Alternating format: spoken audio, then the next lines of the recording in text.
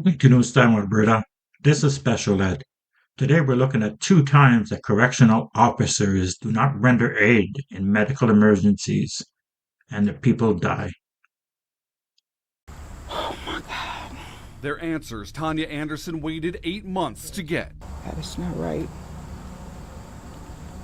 Oh God. Oh Jesus. The folder filled with handwritten notes details her struggle to find out what happened to her nephew. I don't believe this. Glenn Williams Jr. was 39 years old when he died. His family had no idea he was in Cleveland until the phone rang January 10th, 2024. It was the Cuyahoga County Sheriff's Department. I was just devastated. I'm like, I can't believe they wait until he passes to call me. Anderson says her nephew lost both parents when he was young. Her mother stepped in to raise him, but died while Williams was in jail, leaving Anderson trying to piece together what happened to Williams despite roadblock after roadblock. I'm a type of person. If I believe something's not right, I'm going to keep calling until I get answers. Have you ever gotten those answers from Cuyahoga County Jail? Nope. All I got was to run around. According to records obtained by News 5 investigators and the Marshall Project Cleveland, Williams was sentenced to 27 days in the county jail for misdemeanor assault. Video shows the 39-year-old sitting at a table when suddenly he collapsed to the floor. Within seconds, a corrections officer is seen using his radio as other inmates head to their cells. The officer walks the perimeter of the unit, checking cell doors, not Williams. First thing you do is check if he's breathing, check if he has a pulse, not check the frickin' doors. Eventually, a second officer responds, but he doesn't render first aid either. Finally, more than a minute after Williams collapsed, appearing unresponsive, another officer grabs Williams' arm, not to take a pulse, but to handcuff him. Anderson calls what she watched terrible. What kind of people are they?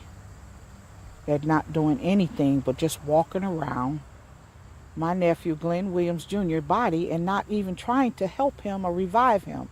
The video shows more than 9 minutes pass before anyone starts CPR on Williams. Eventually, he was taken to the hospital where he died. When reporting Williams' death to the state, an associate jail warden wrote, the inmate was swiftly transported to the medical dispensary where life-saving measures, including CPR, were administered. Relying on official reports because they didn't do anything. They didn't do anything to try to save this man. Anderson says that's not what she watched. No one swiftly did anything. No CPR, nothing. They all walked around the body, did absolutely nothing. So that's a lie for the report they had for the state. And that is wrong.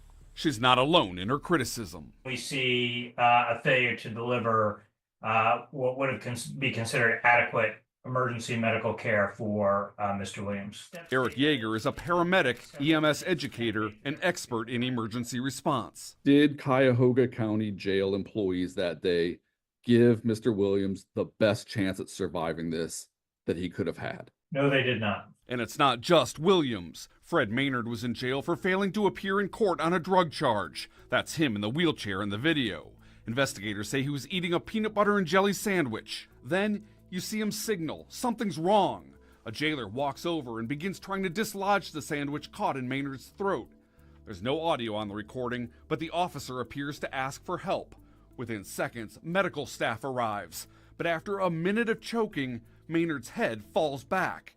Yeager says that's where the problem occurs. Mr. Maynard should have gotten immediate CPR once the Heimlich failed and he became unresponsive, and that clearly doesn't happen here for an extended period of time. So he passes out, his head falls back, and this dumb woman still trying to give him a glass of water. Video shows once again 9 minutes pass before anyone starts chest compressions. In Yeager's words, dooming Maynard.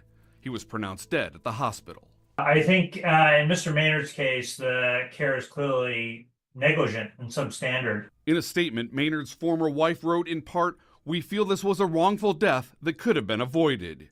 Yeager says the two cases should cause concern. It appears that you need to cycle back and reevaluate whether the folks who are responding to these emergencies have received appropriate medical training. Inspection results from 2019, 2021, 2022, and 2023 all found the jail out of compliance with training requirements, twice involving staff CPR training.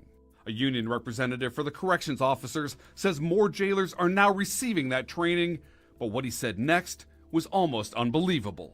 There is no discussion of jail policies on what you're supposed to do with this training. There's no discussion of how you're supposed to use it. There's nothing that says in a medical emergency you have to perform CPR. I have never seen a policy, nor did any of the officers who've worked there for decades that I talked to say they've ever seen a policy.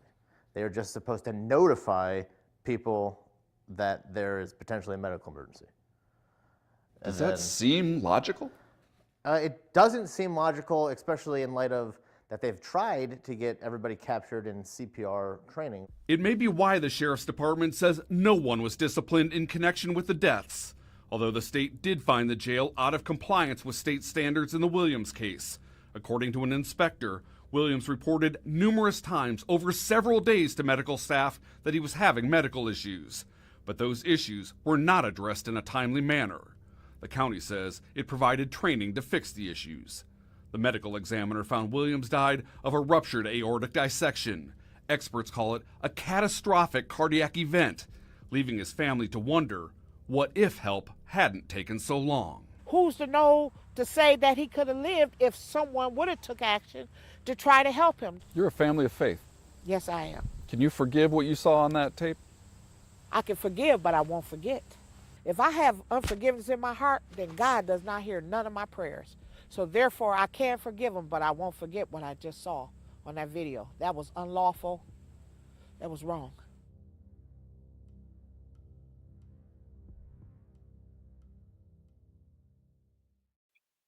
So nobody's charged for negligence.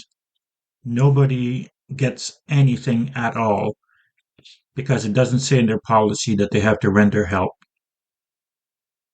What kind of useless people do we have working in our prisons? Someone falls, you render help. It's it's not rocket science. Like, someone falls, you render help. You call someone right away, you start CPR, chest compressions. That's all you have to do is chest compressions. It's not, and they were supposed to be trained on CPR and they're not. Like, chest compressions isn't hard to do. What do you think of this? Let me know in the comments. Please like, share, and subscribe. Thank you.